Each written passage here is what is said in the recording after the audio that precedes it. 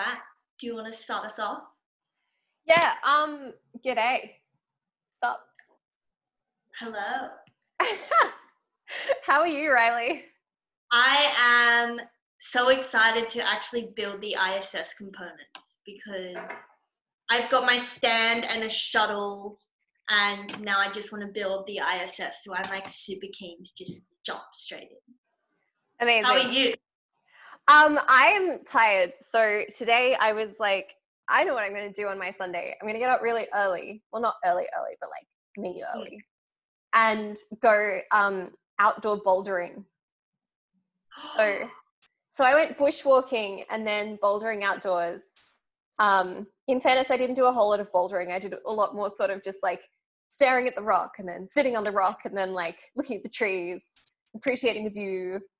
It was nice. It was really nice. But as a result, so I'm rocking a ponytail today because I think it was so windy. And then I think I just have like twigs and leaves all in my hair.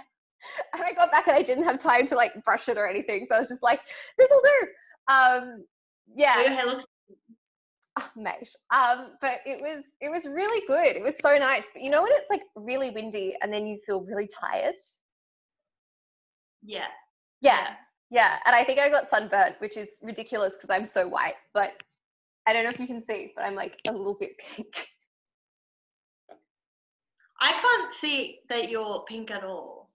Well, I can feel it. It'll come up. Look what I got. This is amazing. You've got merch now. It's merch only for me. I bought one for me. Well, I feel like if people are interested, they should definitely ask you about them because they're cool. Yeah, totally. If you want one, hit me up. I will happily get some made and send it to you. It was an extremely easy process that involved uploading my logo to a website and then hitting yes. And then they sent me a mug, and like it's an official space junk mug. It looks so professional because I got all of this stuff for packing my face masks to send to people. I had someone order in the US, one of my listeners. It was so exciting. So now I have to make all these face masks. So my weekend has been sewing and packing things up in like purple recycled tissue paper and biodegradable plastic sleeve things. And then I got stickers made with my logo that I can put on them. That's so amazing. I'm so really happy. It's, my life is one big craft project. Well, speaking of craft, what are you doing today? Oh, mate. Look, mine's an adventure, so let's go to you first. Well, I'm up to building bag 3, which according to the instructions, I'm now assembling the main body of the ISS. We are now into the main frame. Yes. This is exciting. Congratulations. I'm super excited. What did you do last time? Can you show us? Do you have it there? So I made the stand and it's got like little ISS plaque on it. Love it. And then I've got my space shuttle with 3 people standing on top because we're all about what's fact over here. And then I've got... They don't look to scale. Well, I mean, no. And also they're just casually standing on top of essentially a rocket. To install Samsung Music. My phone just turned on. Oh my god. Was that Siri? Yeah. Yep. I didn't even say anything remotely to do with Siri. Hey Siri. And then I've got some little satellite things, and I still haven't figured out what this is for yet, but I guess we'll find out. What is that? Show us again. So I've got this thing. This was like, this is it. This is what I was told to make, and I have no idea why or what for. So I wonder if it's got something to do with the external stuff. We'll see. I think it may be actually a connector. Yeah, all I know about the ISS is the legal structures that govern jurisdiction within the ISS. I know. I was actually going to ask you about that today. We can talk about the Canadarm to your heart's content. So I'm excited. I was talking to some people. I got some feedback on this. We got some questions. People were like, it's cool. A lot of people skip through. So if you're skipping through, go for it. But you never know, you might miss gold. That's all I'm saying. Like the naked man. I got quite a lot of engagement on the naked man story. Who wouldn't? Watched It's incredible. They were like, Annie, you're so like proper. I just loved it. Oh. I watched it and you just see me talking about something. I don't even remember what I was talking about. And then you just go, there's a naked man over there. But You I just was. break the conversation. Oh, No, but I've been talking to Sydney Uni Mm. about launching our rockets. In fact, Yeah. I'm going to get my rocket in a sec and put it here. And so update for everyone. We were going to try and launch soon, but we want to launch from Sydney Uni because that'll be awesome. And they have a really like big space we can use, and then people can come along. We can live stream. It'll be cool. And the Sydney Uni marketing and events team are really keen to have us launch from Sydney Uni, but they want to organize like a full event around it. Oh, that's amazing. Yeah. So I'm just talking to them at the moment about like when it'll be and what it will be and how it'll be. But I think the idea is they're really keen for people to like build their own rockets and bring them along and make it like a day. So yeah, so this is what I'm currently liaising about, as I am wont to liaise. Feel free to put me into the email thread if you want as well. Will do. I did spruik you heavily. I was like, your star student, Riley. I know some of them from when I've done stuff with Dr. Carl. I did also drop Dr. Carl in the mix. I called you Dr. Carl's protege. Aww. I was like, I feel like that's a good description. And yeah, and they were like, they're on board basically. So what I'm saying here is there will be a launch. It will be live streamed. It will also be like filmed to watch later in all of its glory, especially if it stuffs up. And what am I saying? I'll just put an explicit language warning on. If it doesn't go as planned, and if there's an anomaly at launch, and it should be fun. Well, this is the thing, right? Because I was thinking about it today. I was like, what if my rocket just doesn't work? Like, what if I have just done something so bad and it just doesn't work? And then I was like, but I'll bring my rocket over. I'm looking at it. It's gorgeous. But like, that's I'm not even an engineering student. I don't know what I'm doing. It looks good. Yeah. But isn't that the beauty of it? Like, if it doesn't work, it's not like all your hard effort's wasted because you actually get to learn what you did wrong. That's true. And then we can unpack what happened. Yes. Side note, if you are watching this right now and you have access to or you own a tiny altimeter to measure the altitude or a USB camera or like a little tiny camera we can stick in the rocket or to the rocket, or a GPS tracking chip or like sticker or small thing we can put on the rockets, do I want you to get in contact? Yes, I do. So get in contact with me or Riley, and we would like to arrange to use them. And in return, we can offer you our heartfelt thank yous. And also, I don't know, maybe I'll chuck in a face mask or a Space Junk mug. Riley, you need to get an Aero X mug. You need merch.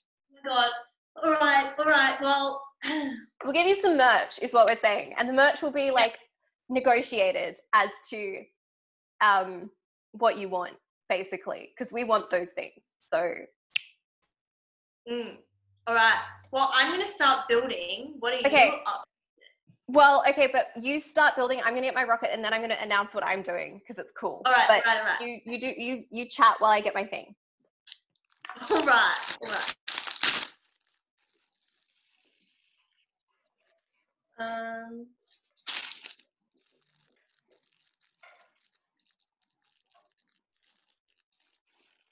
I haven't really got anything to chat about, to be honest. I'm just unpacking all the little bits and pieces. So, all right. I'm excited. I put my rocket there so I can look at it because it's gorgeous. The silver paint came up really well. Pro tip, acrylic paint works fine. No issues painting on the balsa wood or the thing. When I was painting it, I was worried it was going to come up like really uneven or crack off, but it looks pretty awesome. Like it looks really shiny and metallic. It actually looks, yeah, I was going to say, it looks really metallic. Like from here, Yeah. it looks like you've used a silver metal of some kind. Like how good does that look? It's amazing. Oh, sorry, just did a thing. Anyway, pro tips, do it the dodgy way and it'll sometimes work out. Riley, I have a project. Yes. And I think it might be too ambitious because I'm now panicking. Well, there's no reason to panic. I mean, like, if you mess up, like I just said, it's a learning process. Yeah, it could be quite a learning process. I have safety pins here, and what I'm going to do is I'm going to safety pin my dress, and then I can hook my microphone onto the safety pin, and then it won't keep falling off because this dress is fairly tight and not very grabby. So here we go. Here we go. My God. I've got a base thing of some kind. Okay, so I am building this I'm so aircraft, which you can't see too well. So I'm going to put a picture, like a link in the description, and maybe put a picture like here-ish or there-ish on the screen. What it is it's called, and I don't know how to say it, but I'm going to say Duygen, but it could be Duygen and it could be Dugan. It's hard to know in Australia. Duigan. It's an early Australian aircraft from like the early 1900s, and it was kind of our first proper Australian aircraft, to my knowledge. And I have here some plans that someone made. Yeah. A PDF online. And this is not a kit, and this is not a drill. These are like random line drawings of what. So I think that's like the way it goes. Oh, that's going to be amazing. I'm so Riley. And what this is, I can't emphasize enough how ridiculous this aircraft is. It's basically a tricycle attached to some wings with like a really dodgy frame on it and a rudder. It's the most absurd contraption I've ever seen. And a couple of brothers built this thing and then flew it in a field. And it was like the coolest thing at the time. And then the Americans like did a bit better than us. But anyway, I went to Hobbyco and I got a bunch of balsa wood. Look at you. So my plan is to basically use the balsa wood to free build a ridiculous aircraft. And if it turns out good, that is awesome, and I'm thrilled. And if it turns out terrible, well, the real one didn't fly very well either. So being cheeky, Ollie. So cheeky, Annie. So cheeky. Right. So I'm just looking at my plans and trying to figure them out. What are you up to?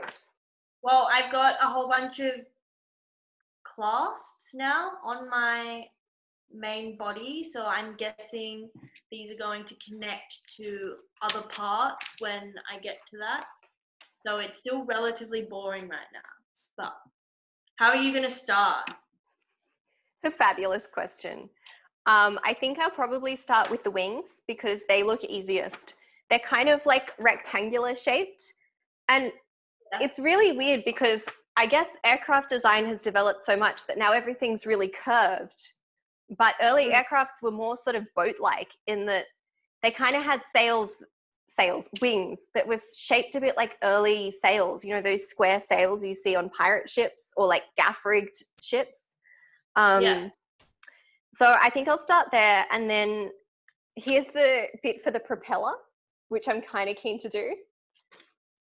They look cool. Yeah, because propellers are cool, or props as they call them in the pro things. Wow, this is quite big. Cool.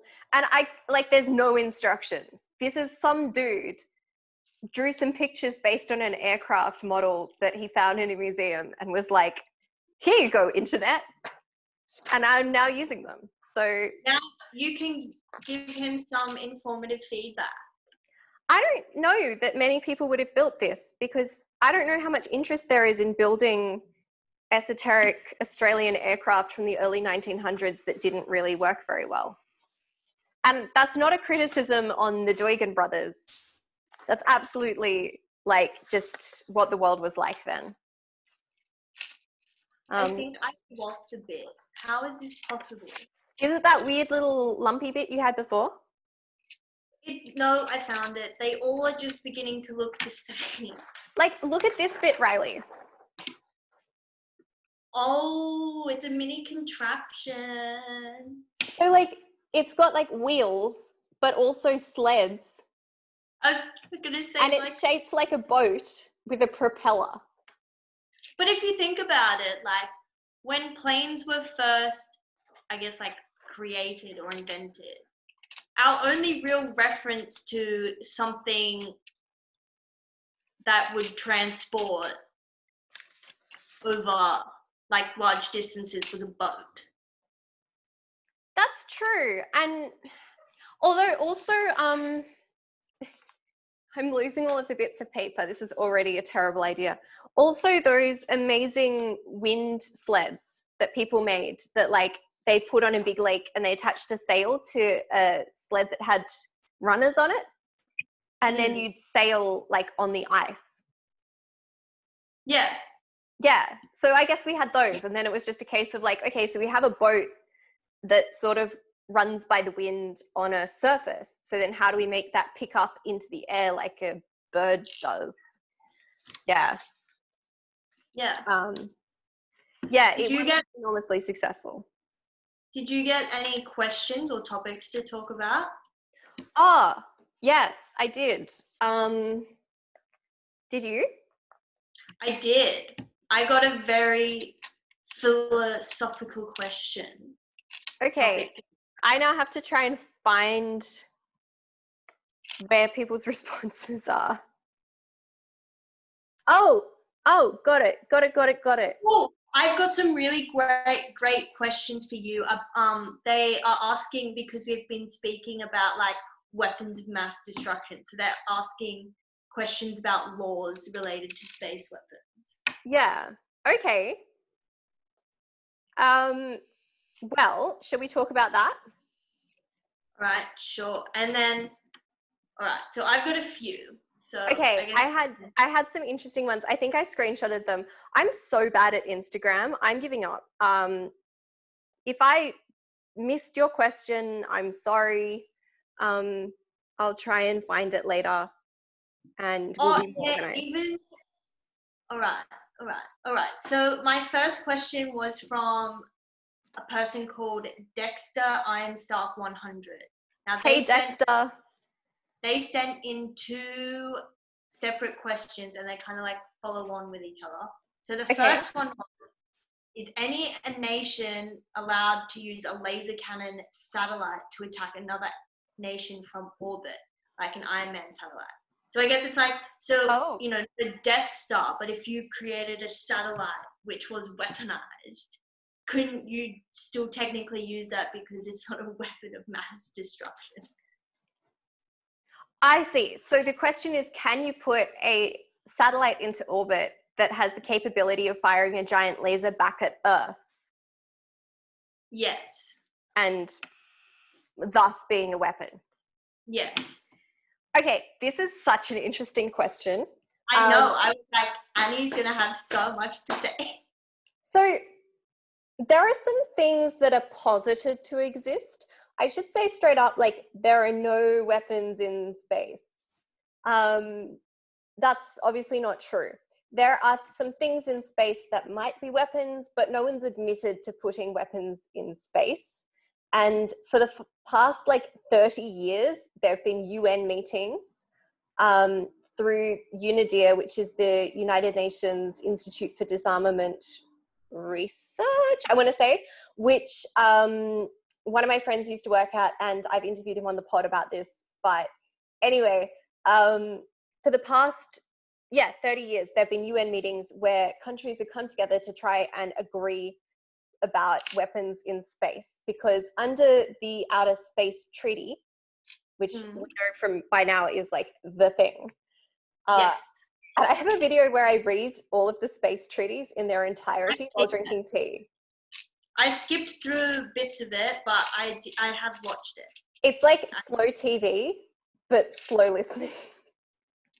Anyway, so under Article 4, weapons of mass destruction are not allowed in orbit or on any celestial body or really in space. So that makes us ask, well, what if it's not a weapon of mass destruction? So I'm going to say from the outset that like an Iron Man style laser that fires from a satellite in space back at Earth and has the capability of destroying stuff is probably a weapon of mass destruction. Like, it sounds to me pretty awful. That said, some of the things that have been posited to exist are the rods from God, which are tungsten rods that are mounted in a satellite in orbit around Earth. And this is something that America was meant to have developed during the Star Wars Reagan era. Does it exist? There's no confirmation. Who knows? The idea, though, is that, okay, so it's cool to put a laser into space, but actually gravity is pretty strong. The acceleration due to gravity is 9.81 seconds per second. So meters per second. Yes, meters per second. So that means if you chuck something in orbit and then you just drop something, by the time it hits the Earth, assuming it can make it through the atmosphere relatively unscathed, it's going to just destroy.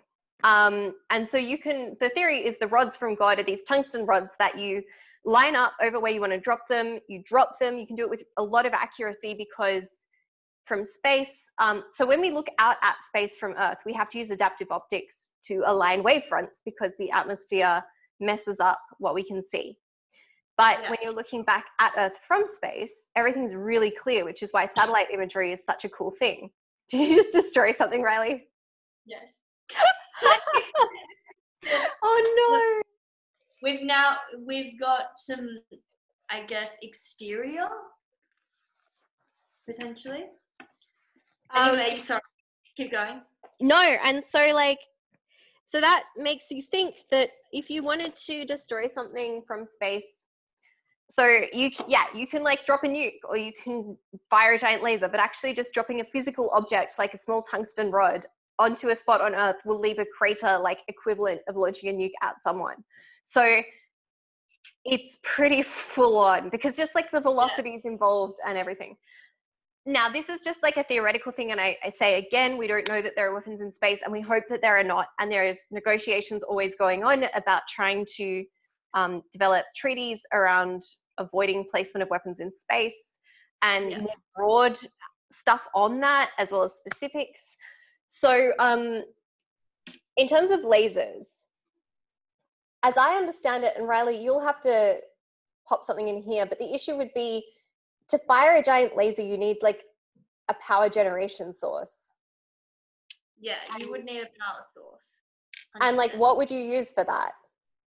Like, could you get, I don't think you could get enough power from solar to power that bigger laser. Yes. So I think if we're referencing the like Iron Man satellite. I should say I saw Iron Man when I was like 13 or 14 and not since. Well, it was actually one of the new Avengers movies. So, yeah. Like you have to remember that Iron Man had invented like an arc reactor, which he would put in his chest.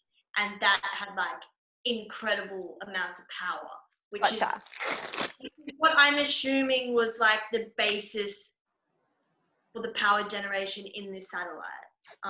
Got it. Okay, so yeah, if you can have a power source, you can keep it cool because it's space, so it's pretty cold anyway. Yeah, maybe. Probably a bad idea though, I'm going to say for the record. The other thing is like you can have weapons in space already that are more around information warfare or just like espionage or listening in purposes, which we've talked about previously, which might actually have more utility than like a hard power non-reversible kinetic weapon or non-kinetic weapon, such as that's the one being discussed. My view on this is though, and I will say this, like if you start chucking weapons in space and blowing stuff up, especially in space and like on Earth, it's actually really bad and everyone loses and it's a bad time. And we can use space for so many incredible things that are like peaceful and creative and good and like good for everyone. So Like, why would you want to do something that it up for everyone? I just think like less weapons is good. And especially in space, which, you know, it's this domain of like, it's a place where we can do incredible science and develop technologies that help us with communication and all sorts of cool stuff. So yeah, I'm not a big fan of weapons in space. And yeah. Like, I agree. I feel like everyone should just be nice to one another. Like, yeah, they should. I know it sounds so basic, but honestly, like, for me, that is just such a basic thing that I aspire to be. Like, I just aspire to be a nice person, and I just don't agree. Like, why can't everyone just be nice to one another? I mean, I guess one of the good things that does make me feel a little bit more chill about it all is that we have the capability, and by we, I just mean like generally in the world, the capability exists to do a lot of stuff in space that is, like, even if you wanted to achieve national security ends, you can do it using things that are reversible and non-kinetic. So you can chuck a giant laser on Earth, shine it at a satellite and dazzle its sensors so it can't spy on you. And like, that to me seems like a less destructive thing. But again, like, I just don't think warfare in space is good. It's bad. Makes me sad. What's wrong? I'm like, just be nice to everyone. But also, I wholeheartedly agree with what you're saying. But my like other opinion is as well is like, you know, space is something that encompasses the whole planet. Therefore, like, it's all our responsibility to like take care of the atmosphere, for example. But also just like that space is for everyone. Yeah. Therefore, like, you know, just share it, be nice. Like, we don't need to put like, you know, weapons up there. Like, it's supposed to be, space has the potential to really like unify all of humanity, to be honest. And that's what we should be focusing on. Agreed.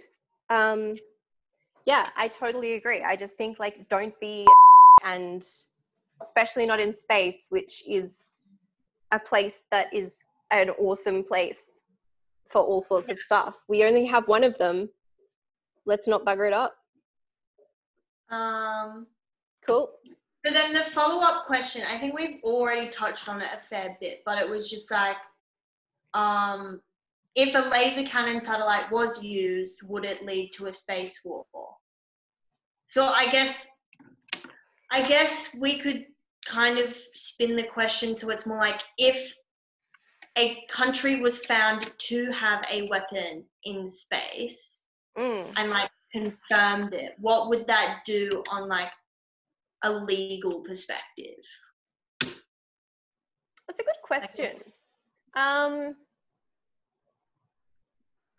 So if a country, so countries do have weapons like anti-satellite weapons, and occasionally they fire them at things.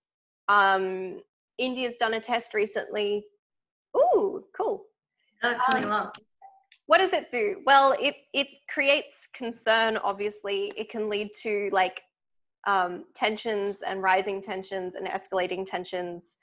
It would probably be bad. I don't know, like, what if a country was found to have some really full-on weapon on Earth? Not a good outcome. So yeah, I just think it's bad. I had a question as well that came through from it was Iron Stark 100, something like that, asking about what would happen if a country tried to do a land grab, like in space. Tried to do a what? A land grab. Like, they tried to just be like, the moon is now mine. Oh, yeah, what would happen? I think they would find that other countries were not too happy about it. So when America put the flag on the moon, they weren't claiming it to be American soil? They were not. They were definitely not claiming it to be American soil. When America put the flag on the moon, it was a symbolic act, but it was not a claim of land or sovereignty. So something interesting that people don't often know. Like, people know that, but not necessarily Americans. Yeah. Yeah, Donald Trump got really upset when they cut that bit out of the Apollo 11 movie. I found it really disheartening when I went to NASA, and I'm disclaiming this, like, this was my own personal experience.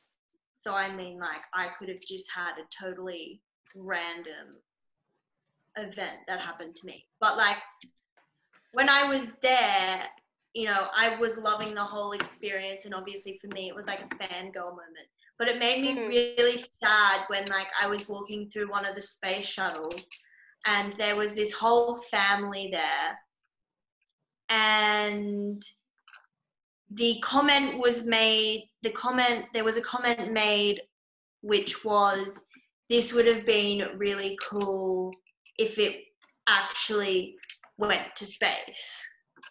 And it kind of just really, like, I think it broke my heart, to be honest, because, like, this was clearly an American family, and I was just like, your country has invested so much money in the space program and has only been probably, like, you were the only country that went to the moon, and your own citizens, like, questioned the validity of it, and it just made me so sad because as in they thought the moon landing was fake? Yeah, and I was just like, this would have, like, you should be celebrating this, and not, like, you, out of all of the countries that visit NASA, you should be, like, the one being like, yes, like, look at us, like, we actually made, like, progress to go to space, rather than being there going, oh yeah, this would have been cool if it was real. Yeah. Wow. Okay. Wow. Really? Yeah. That's really disappointing. I know. And it was parents saying this to their children as well. And I remember saying to my mom, I was just like, why? Yeah. That's really sad. Because, people worked really hard to actually do the thing. Gosh. And there's just so much history there in general. Yeah. So I'm looking at these designs that the guy made, and you know what, Riley? I'm going to be bold, and I'm going to go on my own adventure and cut down the scale a bit because it's quite big.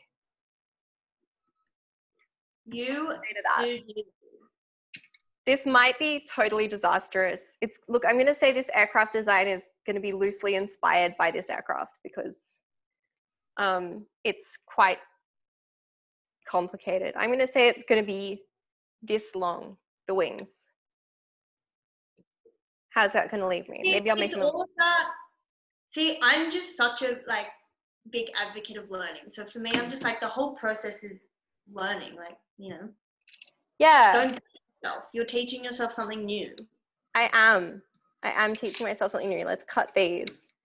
I was going to cut these, but it's really hard to cut straight lines on balsa wood, and instead I am using these thin bits that I bought to make the joists on the wings.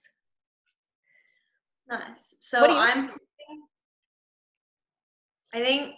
don't know what these little bits are, but there's, like, little capsule things which I'm currently putting on.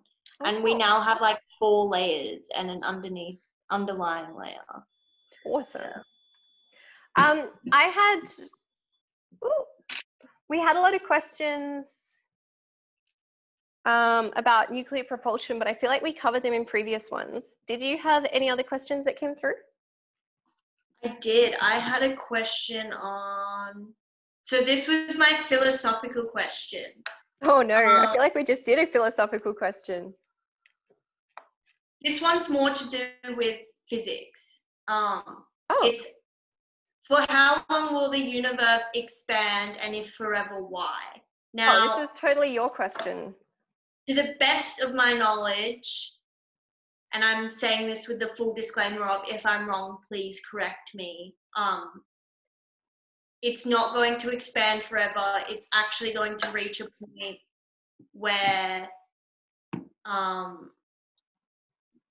everything kind of just gets as spaced out as it can, which kind of come back to the law of entropy, which is that everything moves to a point of its greatest amount of, what's the word? Not chaos, like oh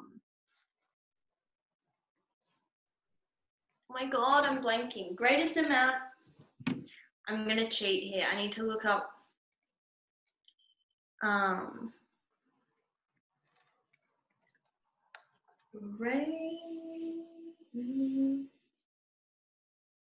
getting so much better at not cutting my fingers off.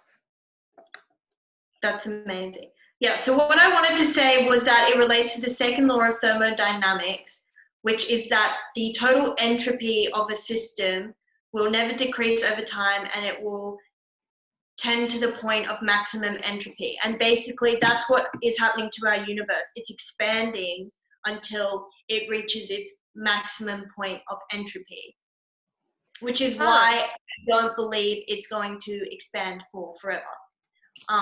That makes sense.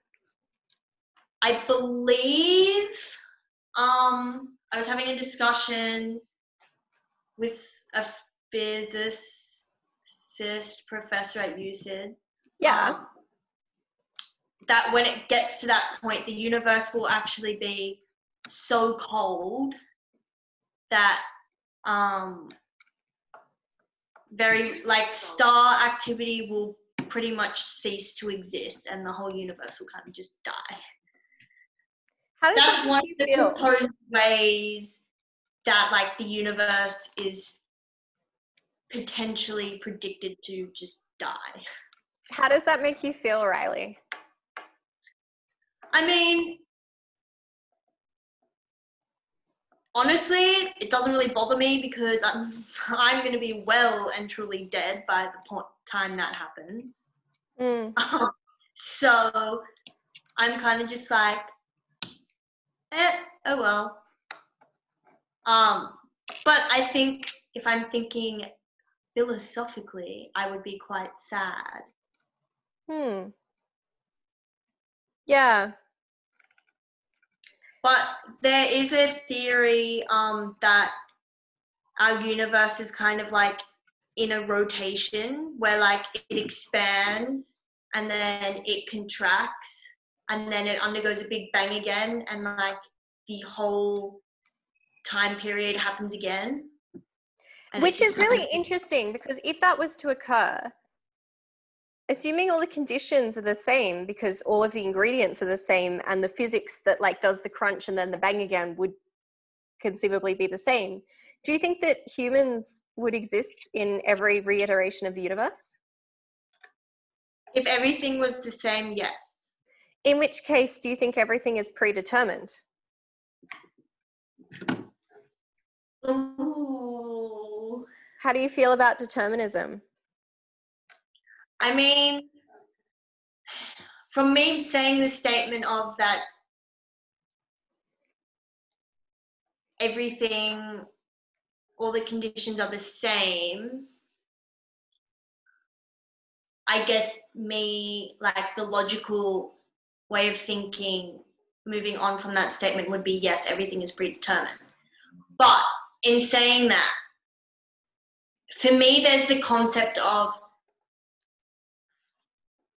like, say everything happens the same, like, I would be of the sense that, you know, the Big Bang would happen and then, you know, like everything would happen, let's say, for example, like life to be created on Earth again. I feel like it's predetermined up to that point. But when you start including like intellectual beings that have decisions over moving left or right or going forward and backward, that's where it becomes unraveled. Because that's a conscious thing. That's interesting. Yeah, I always think that maybe everything's predetermined, but then there are acts of randomness, like there's mutations in gene sequences and so on. And the question is, like, are those actually random, or are they somehow predetermined as well? And yeah, I don't know. It's one of like the great philosophical questions. And then the other philosophical question is, oh my God, this is glued shut. Let's imagine that everything is predetermined. What do you do about it? Like, how should you act if you know that to be true or you suspect that to be true?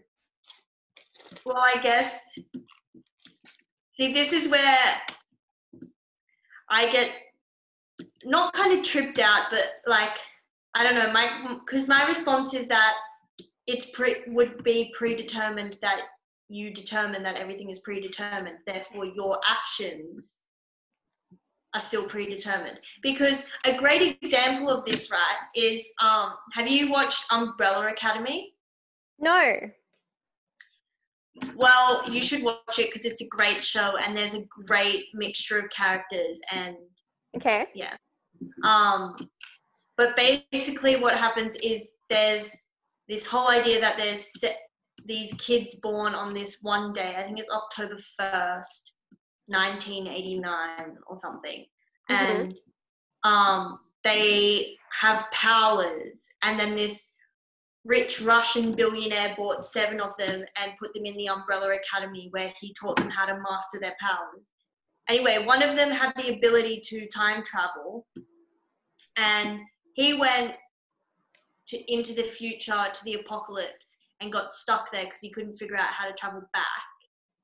Anyway, long story short, there's this, like, the whole series is based on like how he came back kind of thing. Mm-hmm. And he comes back to 10 days before the apocalypse to tell all his brothers and sisters, like, there's a apocalypse, like, we have to prevent it from happening. Oh, but okay. In the whole, like, lead up, it's actually their actions of trying to stop the apocalypse that caused the apocalypse. Yeah. So I feel like that's the same kind of example. Like, if you figure out that everything's predetermined, in your mind you might be like, oh, well, I'm gonna try and do something that's not predetermined, but essentially it's still predetermined. So you're just playing into the hands of determinism anyway. Yeah. Yeah, I sort of agree. I think, like, probably philosophically I do believe in determinism, but that's not the same as believing that everything's meant to be or everything happens for a reason or something. It's like, it's more like time happens in a certain way, but I still have free will, in the sense that I must act as if I have free will. Yeah. If I don't act as if I have free will, then that's just a sad time. Yeah. That was really deep. It was, but I, like, enjoyed it. Do you want one of our most random questions? Yes, go. The most random question Riley and I have yet to receive is from someone called Charles Lang. And I got to say from the outset, like, I'm not sure this is a real account, but I think maybe it is. I don't know. I don't know what I'm not sure. But the question is this: if we're talking fintech, what do you think are the big trends in the new normal? Okay, well, I feel like I should know this, but I don't. But Do we need to define some terms? Are you across, like, fintech? Yes. Cool. So yeah, what is fintech? Oh no, I thought you were being like, no, I know what fintech is. No, I actually have no idea. Fintech is like financial technology. I don't know. It's like financial activity occurring through technology. Okay, right. Hence fintech. Yeah. Yeah, like a fintech thing would be like the company Stripe, which processes payments online, and it makes revenue by taking, like, a small percentage of every transaction that's done through its platform. Right. Rather than offering, like, a traditional good or service in the sense of I paid money in exchange for a space junk mug. Right. Okay. Yeah. So yeah, I used to work in finance. So I found this question interesting.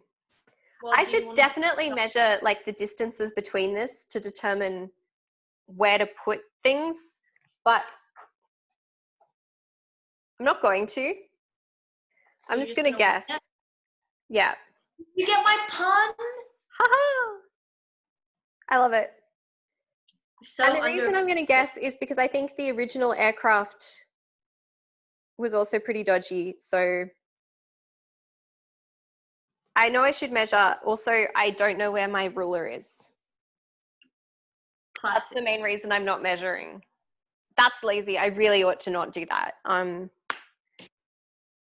Okay, tell you what I'll do. I'll go off like my glue stick thing. Yeah, okay, that was very wrong. Fling into my eye. What? I had a little rod like fling into my eye, and now it's rolled away.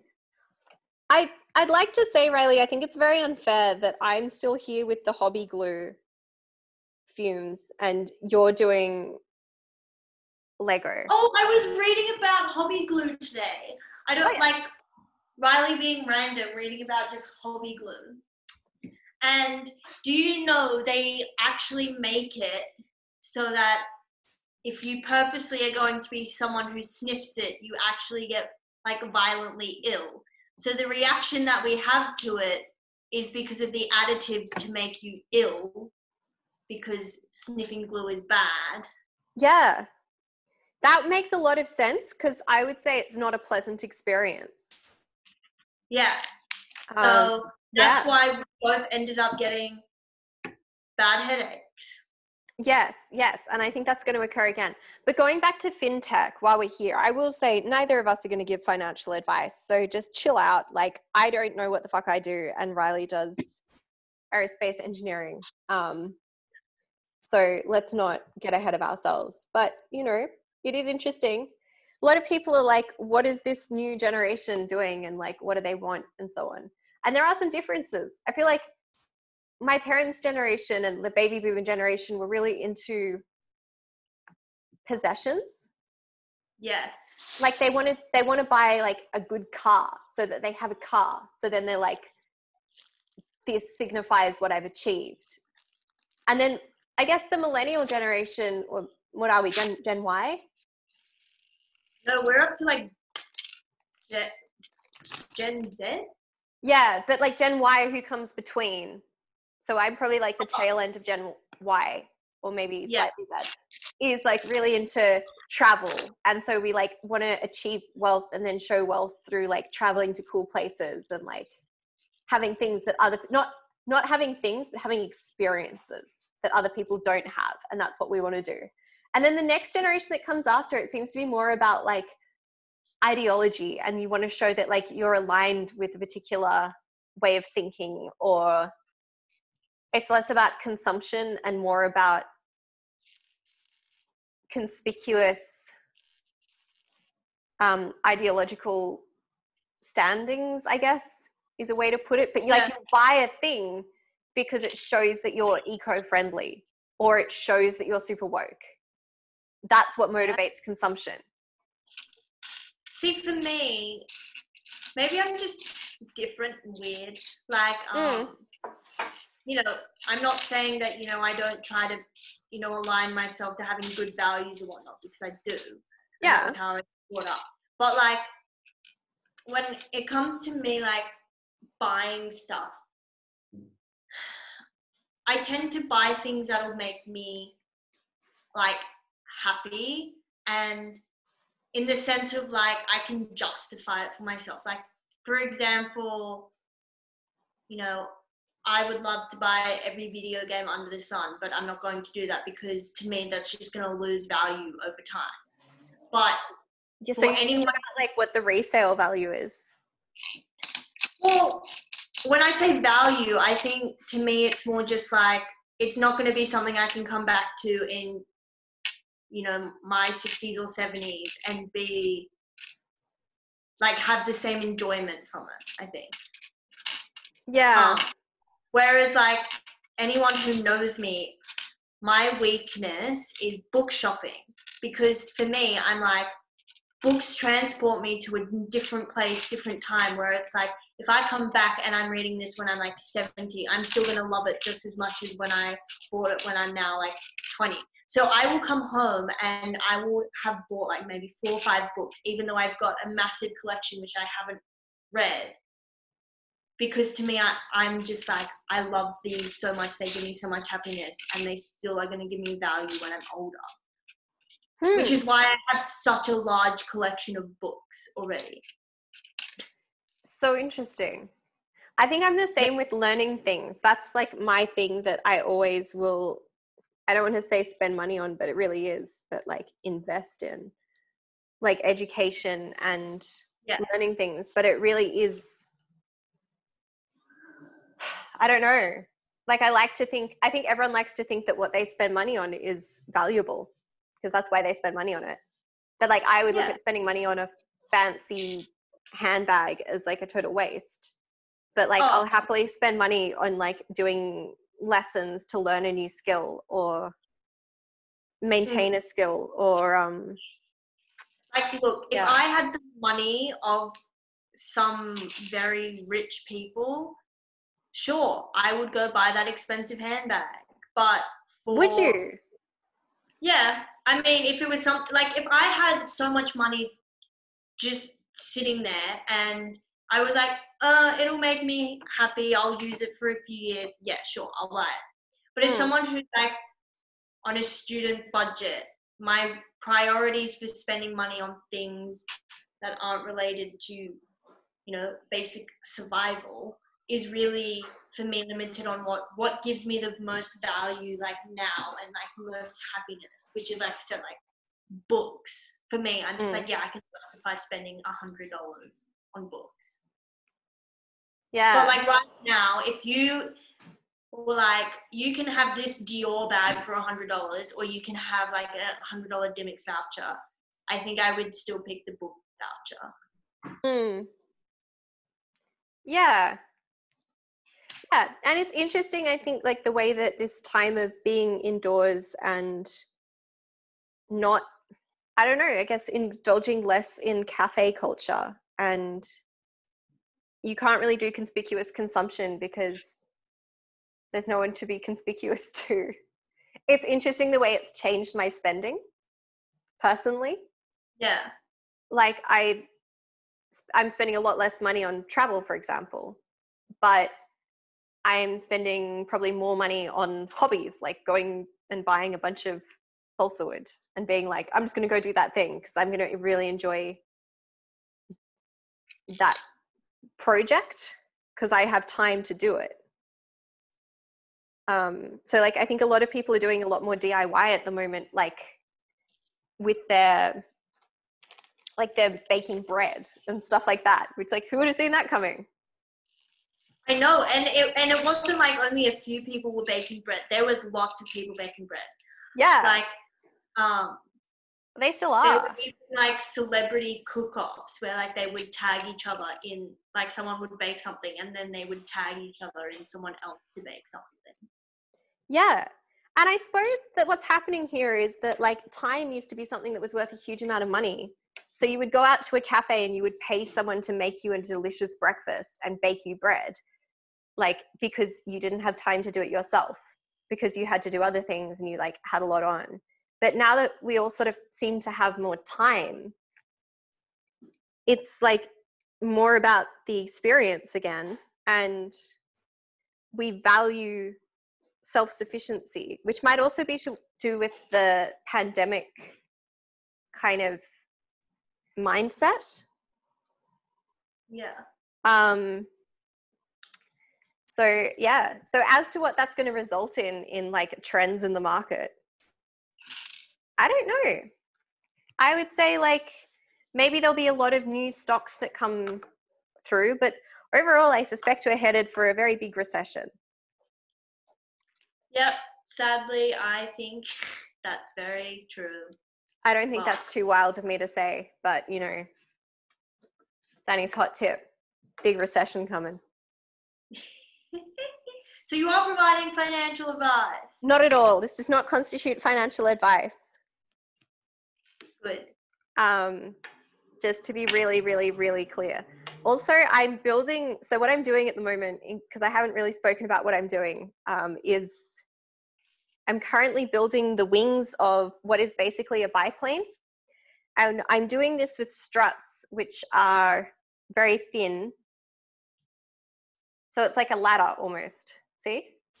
Yeah.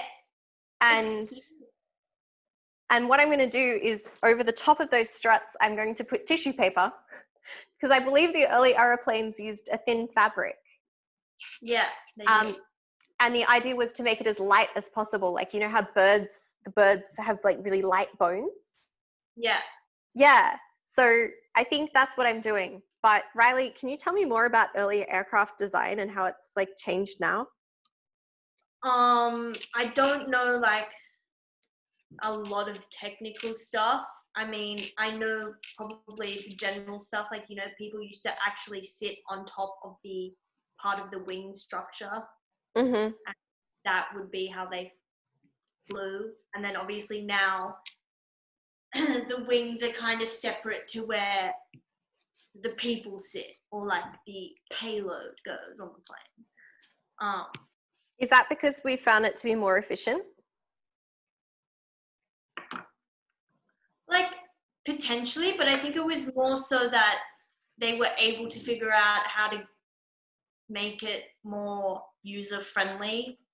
Because, I mean, you know, you're exposed to all the elements in the air. Like, you'd have to wear big coats and, you know, your goggles and everything. And, like, also, for example, imagine going on a 18-hour plane flight. Like, say they could do the distances that we can do today. Imagine being on an 18-hour plane flight, like just exposed to all the elements in the air and the freezing cold temperatures. Like, it just would not be enjoyable at all. I would just be like, please wake me up when it's all over. Thank you. Probably also a safety thing. It's like early cars used to have the people sit over the engine. Yeah. Like, which is not safe. No, it wasn't. Ooh, my little Lego bits have cool bits of stickers on them, but they're so hard to... Wait, I'll see if I can get it to work. Give us a look. I'm just trying to orientate it correctly, so... Oh, I think this is going to be like one of the little capsules. Oh. Which, do you want to tell me about like the different international laws on the International Space Station? Yeah, so the partner nations that made the ISS have an ISS agreement, which you can go and read, it's online, which basically like waives aspects of liability. So, you know, if an American does something and one of the Japanese people gets hurt, like there's arrangements there in place. But broadly speaking, they're different. So the ISS, like if you think of it like a square, which it's obviously not, but yeah, there's quadrants kind of, and each of those has a different legal regime governing it, because each of those technically is sort of under the jurisdiction of the country that contributed it. So there's American section, there's a Russian section, there's Japanese section, and there's a European section in the European Space Agency. And there is also the Canadarm, which is the Canadian bit, which is this arm on the outside of the ISS that does stuff. Is it the giant robot arm? Yeah, that's the Canadarm.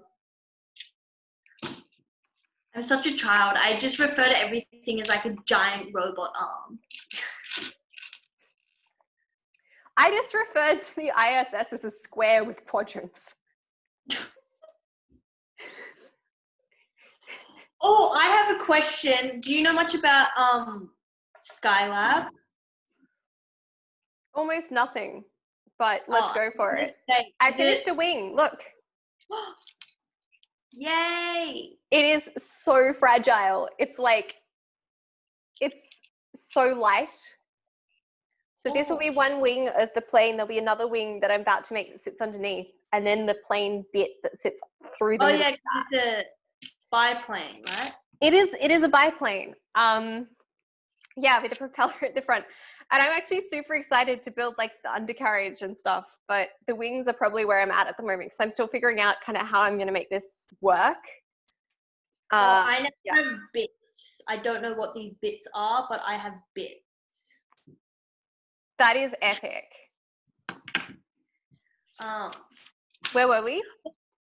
well, I was asking you to see if you knew anything about Skylab, because I was going to say, because obviously the astronauts have schedules, and they get a bit of free time, but I was going to ask, is it true that in Skylab they like didn't get any rest period and they kind of like rebelled and they cut communications to mission control because they just wanted some free time? I don't know. This is something that I've heard. I haven't had anything to back up this statement. I will say it's very possible. Mission Control, to my knowledge, tries to keep astronauts pretty busy, because when you have downtime, you have time to get upset and miss home and feel depressed and existential and so on. I mean, Riley, I don't know if you've experienced this, but especially during the first lockdown here in Sydney, I had days where I just like was sitting in my shower crying. And I'm a very happy that. I had lots of weird thoughts go through my head. Nothing bad, more just philosophical conundrums in my head. A bit on like what we touched on, like with the predetermined thing. I remember I dwelled on that for a few days, and my mum, because I was asking my mum about it, and my mum was like, "You need to get out of the house and do something." And I was like, "But I can't." And I'm like, "What if?" What if this was like, you know, all predetermined? Like, you know, I was having existential crises. Look, I was a good kid, but when I was like 7, maybe, or 8, I once cried like inconsolably because I had realized I'd learned about carbon dating. And I was like, but what if it's all wrong? What if we're basing carbon dating off something that's actually wrong? What if what if we've like based this off something that we think is right, but like we have no way of knowing, because every bit of science we do, we just confirm our mistake that we made a long time ago about what like the radioactive decay actually means and how old things are, and what if all of science is a lie. And I was like maybe 7, and I just could not be consoled. It was like truly devastating. And I think my parents ended up like buying me one of Dr. Karl's books to make me happy again. Wow. But yeah, I had this period of just repeating, but why? But why? Nice. Like, I had a point in year 11 and 12, like I loved my chemistry teacher, and I look back on it and I realized that I was just so annoying. In the way of, I loved chemistry, and the way she taught it was really fun, like really good. Like, she was an amazing teacher, but she was so good to the fact that I would be like, but why? Why does it do that? Why does it know to do that? What happens if, like, you know, on a quantum level that doesn't work out? Like, how can something act like a wave and a particle at the same time? And how does that, like, and if our understanding of everything is wrong, then how does that affect chemistry for the future?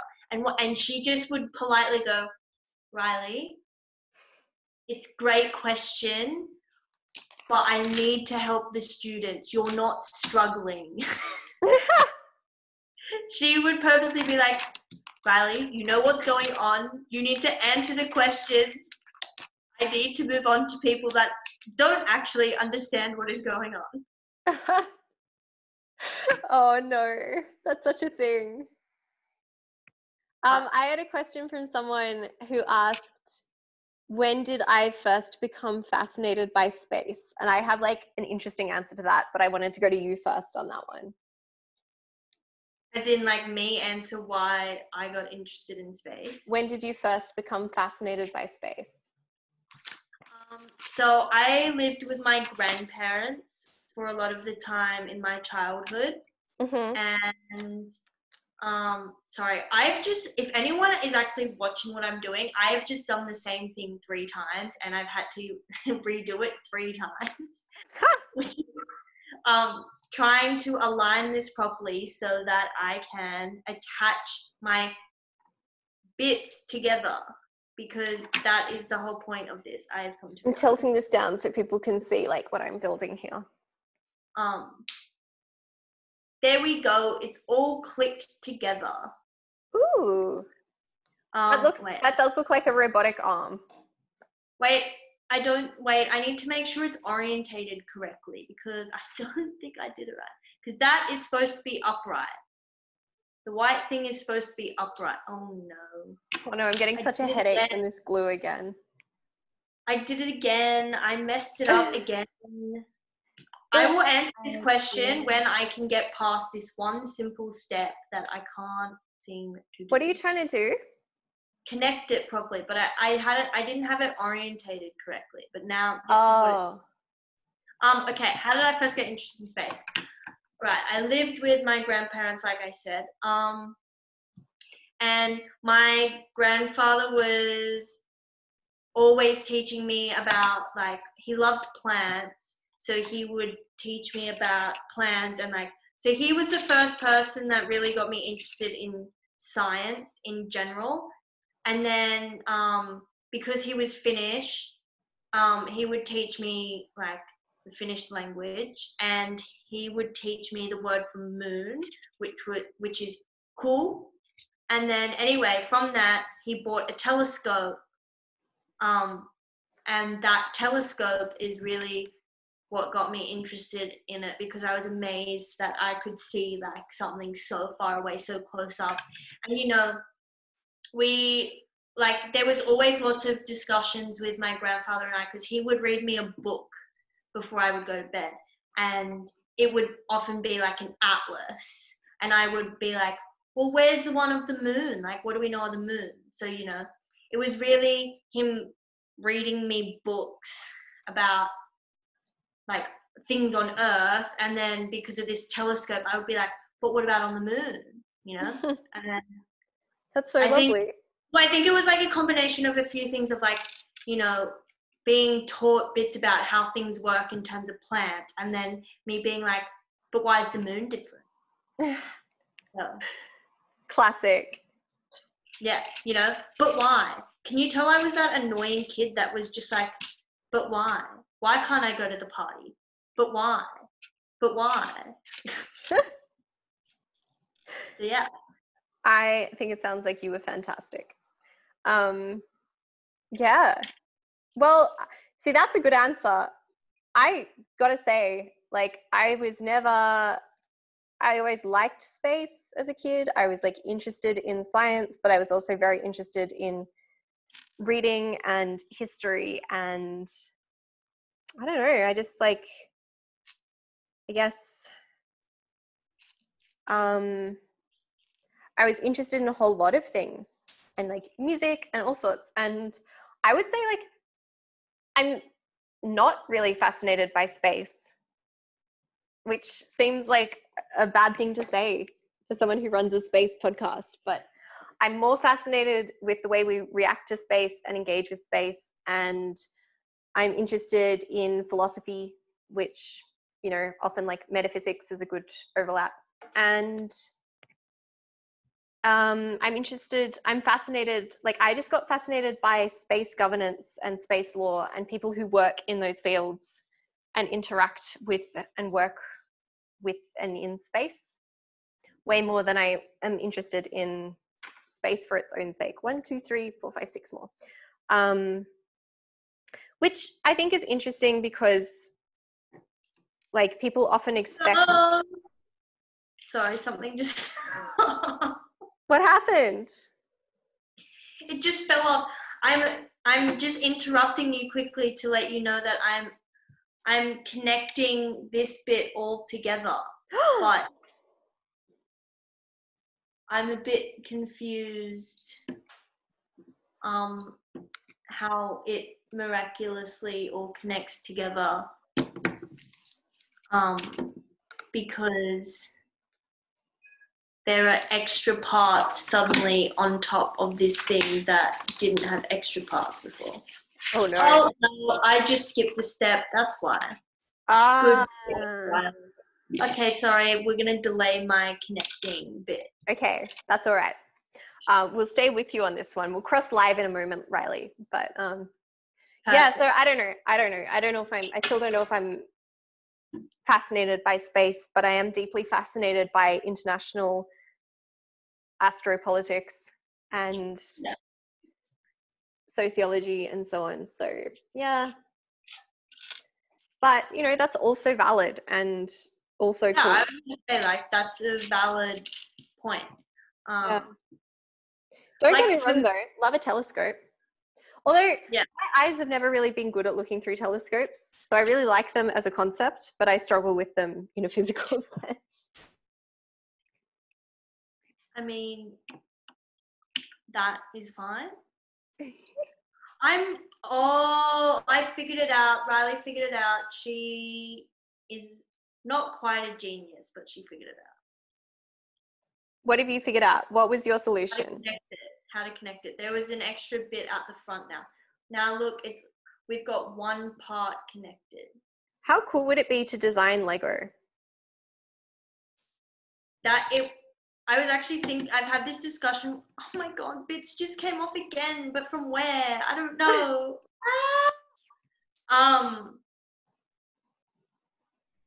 Yes, it would be very cool. It's literally like you're a master builder from the Lego movie. Oh my God, I just had something come off Or and from I have history. Where it came from. One of my favorite books I've read in the last year was Pillars of the Earth. I haven't read that. By Ken Follett, I want to say, and it's a enormously long book about the beginnings of cathedral building in Britain in like 1300s, I think, and like architecture and engineering to allow for vaulted ceilings, and like how you had to have buttresses to allow for taller ceilings and so on. And it's just the best. It's so good. It's such a long read though. Like, and you are reminded because there's a character in it who's a master builder from the very beginnings of guilds and stuff. Ooh! I know, the step says I'm supposed to connect it. That is so cool, Riley. I'm still a bit skeptical though how it all fits into place, because I'm skeptical as to how everything fits into place.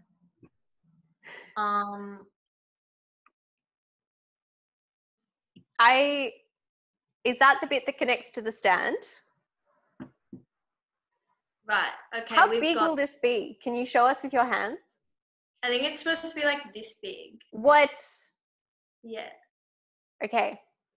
Well, look, now the first bit is connected. It looks like something out of Star Wars. It looks like one of those things with the big feet.